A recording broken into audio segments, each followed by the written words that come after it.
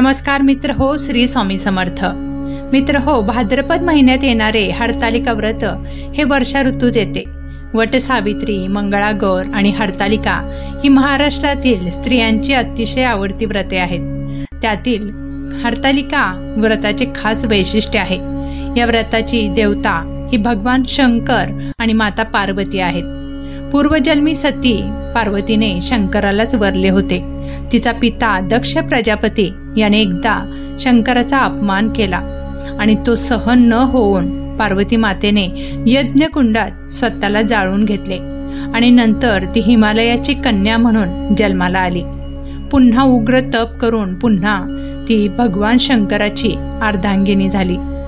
अशी ही दृढ निश्चयी आणि स्वाभिमानी पतिव्रता पार्वती ही आज आर्य स्त्रियांचा महान आदर्श आहे. म्हणून तिची पूजा करून तिच्याजवळ पतीला उदंड आयुष्य आणि आरोग्य मागावयाचे असते आणि स्वतःचे सौभाग्य अखंड राखण्यासाठी तिची प्रार्थना करायची असते. या पूजेसाठी कोणकोणतं पूजा साहित्य लागणार आहेत आपण ते बघूया. हळद, कुंकू, गुलाल, रांगोळी, नारळ, 2 केळी, इतर फळे कोणती सुद्धा तुम्हाला घ्यायची आहे ती फळे तुम्ही घेऊ शकता. विड्याची पाने 12, सुपारी 10, खारका 5, बदाम 5, कापसाची वस्त्रे, कापसाच्या वाती, जानवे, पंचामृत, अक्षता, निवडलेले किंवा धुतलेले वाळवलेले स्वच्छ तांदूळ, अष्टगंध, शेंदूर, अत्तर, सुगंधी तेल, कोमट पाणी, कापूर, सुट्टे पैसे, फुले, तुळशी, दुर्वा, अगरबत्ती इत्यादी. हे सर्व साहित्य आपल्याला त्या दिवशी पूजेला लागणार आहे. सौभाग्याचे अलंकार म्हणून हळदी, कुंकू, बांगड्या, गळेसरी, काजळ, कंठसूत्र इत्यादी.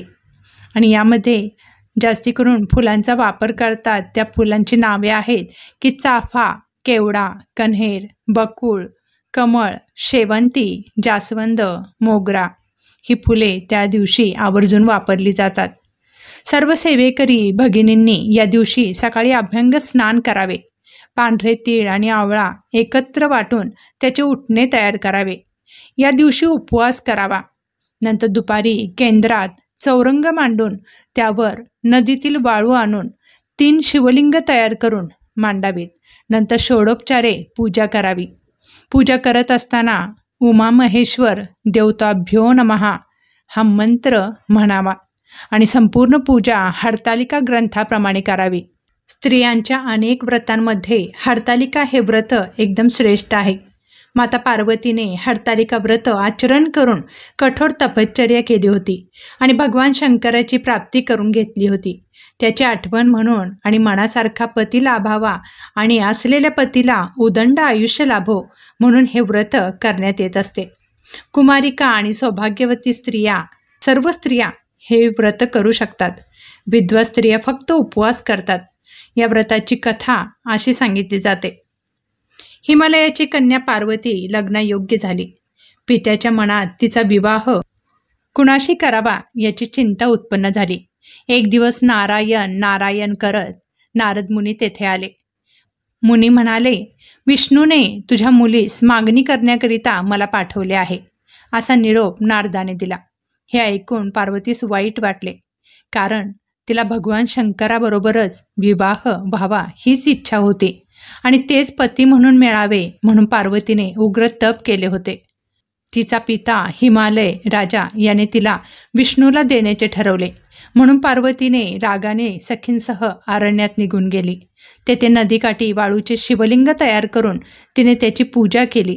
तो दिवस म्हणजे भाद्रपद शुद्ध तृतीयेचा होता आणि त्या दिवशी पार्वतीने उपोषण केले, कडक उपवास केला. पूर्णपणे व्रतस्थ राहून भक्तिभावाने शिवाची उपासना केली. तिच्या उपासनेने भगवान शंकर प्रकट झाले आणि तुझी इच्छा पूर्ण होईल असा वर दिला. अशी हरतालिकेची कथा आहे. पार्वती मातेने भगवान शंकराला प्रसन्न करण्यासाठी हे व्रत केले होते. तोच उद्देश समोर ठेवून सर्व उत्कृष्ट गुणांनी युक्त असा पती मिळावा म्हणून कुमारिका मुली हे व्रत करत असतात आणि मिळालेला पती दीर्घायुष्य व आरोग्यवान व्हावा म्हणून सुवासिनी भगिनी हे व्रत करत असतात. पूर्वजन्मी अखंड सौभाग्य प्राप्त व्हावे म्हणून विधवा स्त्रिया या व्रतानिमित्त फक्त उपवास करत असतात, त्या पूजा करत नाहीत. आपले पौराणिक वाक्य समजावून घेण्यासारखे आहे.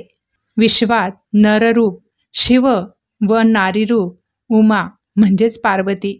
उपनिषदात याचा स्पष्ट उल्लेख आहे. रुद्र हे सूर्य आहे आणि उमा त्याची प्रभा आहे. रुद्र हे फूल आहे, उमा त्याचा सुगंध आहे. रुद्र यज्ञ आहे, उमा त्याची देवी आहे. वास्तविक सृष्टीच्या मुळातच 2 तत्वे आहेत. भगवान शंकर कृपाळू, दयाळू, मायाळू आणि भक्तवत्सल आणि प्रेमळही आहेत. यालाच उमा महेश्वर असे म्हटले जाते. म्हणून आपण हरतालिकेच्या दिवशी उमा महेश्वराची पूजा करीत असतो. ज्याप्रमाणे नक्षत्रात चंद्र श्रेष्ठ, ग्रहात सूर्य श्रेष्ठ, देवांमध्ये विष्णू श्रेष्ठ, नद्यांमध्ये गंगा श्रेष्ठ, त्याप्रमाणे हरतालिका व्रत हे सर्व व्रतांमध्ये श्रेष्ठ मानले जाते. म्हणून या व्रताने मनुष्य पापांपासून मुक्त होतो. 7 जन्माचे पातक नाहीसे होते. स्त्रियांचे सौभाग्य वाढते. या दिवशी श्री उमा महेश्वराची पूजा करावी व रात्री जागरण करावे. 11 वेळा भगवान शंकराचे शिवहर शंकर नमामि शंकर शिवशंकर शंभो हे भजन करावे. असे हे व्रतामध्ये श्रेष्ठ असे हरतालिका व्रत आहे. कल्याण करणाऱ्या वृषभचिन्ह ज्याच्या ध्वजावर आहे अशा शंकराला व पर्वत कन्येला वारंवार नमस्कार असो.